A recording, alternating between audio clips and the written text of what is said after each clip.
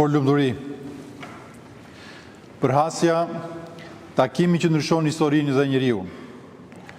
40 ditë mbasi u lind Zoti Jezu Krisht, u paraqit para Perëndis në tempullin e Jeruzalemit, sikurse kërkonte ligji Mojsiut.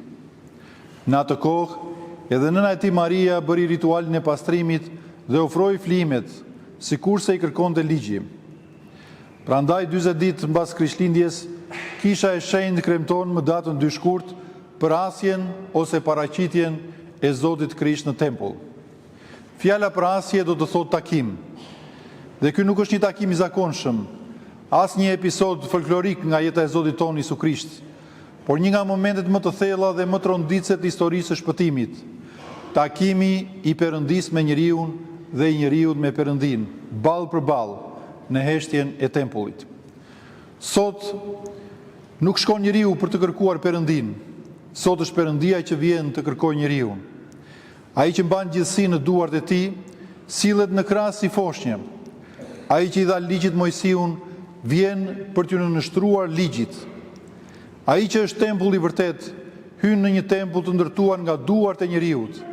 Dhe pikërisht këtu fillon misteri që na sfidon edhe ne sot.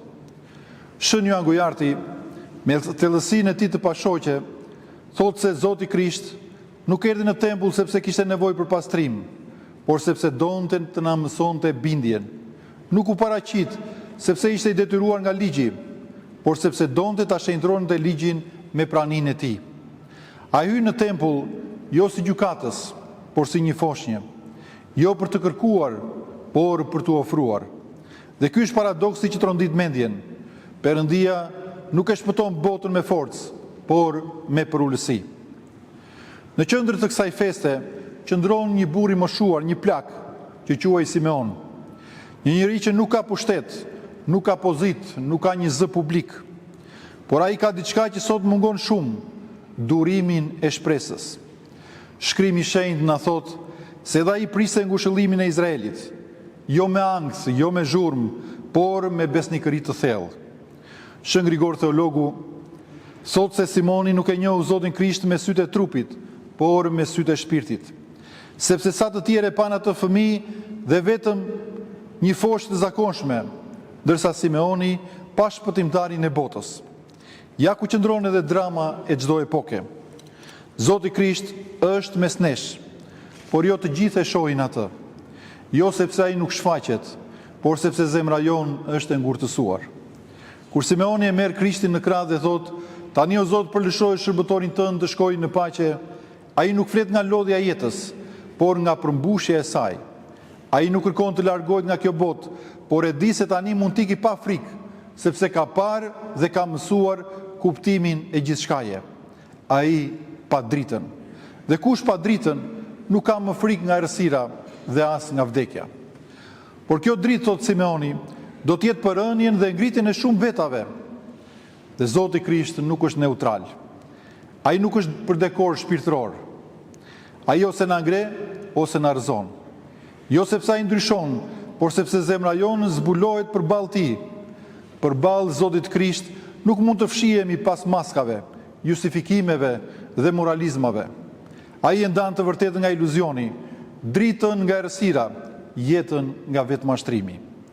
Dhe këtu festa e Parasjes bëhet jashtëzakonisht aktuale edhe për ne sot.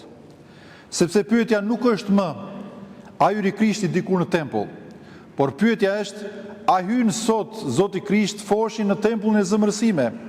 A i gjen ai atje një Simon që pret, apo një tempull të mbushur me zhurmë, me ankth, me krenari dhe vetë mjaftueshmëri? Shën Joan Gojarti na thot sërish se tempulli nuk e shenjtron njeriu, por njeriu e shenjtron tempullin kur Perëndia banon në të. Dhe kjo është thirrja i papandis apo e përhasjes. Të bëhemi vend takimi i Perëndis me botën. Të bëhemi njerëz që mbajmë Zotin Krisht jo vetëm thjesht si ikon në shtëpinë tonë, por në jetën tonë. Jo vetëm me fjalë, por me mënyrën se si duam, se si falim, se si durojmë dhe se si shpresojmë. Edhe figura e profeteshës Ana është një thirrje e fortë për kohën tonë. Ajo është në moshë të madhe, e harruar, e padukshme për shoqërinë, por e njohur nga Perëndia.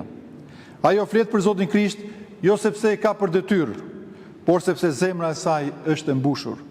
Dhe kjo na kujton se dëshmia e vërtet nuk lind nga propaganda, por nga përvoja. Askush nuk mund të flasë për Zotin Krisht nëse nuk e ka takuar atë.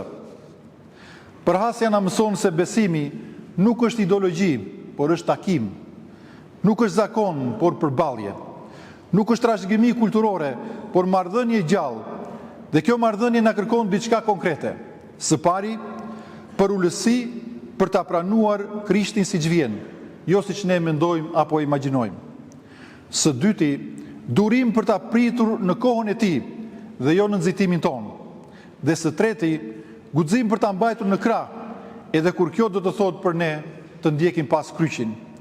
Sepse ai fëmijë që sot mbahet në krah nga Simeoni, nesër do të vendoset në kryq. Dhe kush e pranon sot në tempull, duhet jetë gati ta ndjek edhe në Golgotha. Por vetëm ai që kalon nëpërmjet kryqit do ta shohë ngjalljen. Sot, të dashur vëllezër dhe motra, me Krishtin, në këtë panair të shenjtë, le të lutemi Zotit tonë Isu Krisht me gjithë qenien tonë, që të vijë dhe të banojë ndër ne. Le t'i bëjmë zemrat tona vend takimi me atë, dhe atëherë, ashtu si dhe Shën Simeoni i drejtë, të mund të themi: tani përlëshoje o Zot shërbëtorin tënd sipas fjalës sate me paqe, se sytë e mi panë shpëtimin tënd, cilën ti e përgatite faqe gjithë popujve, dritë për ndriçimin e kombeve dhe për lavdi të popullit tënd Izrael. Amin.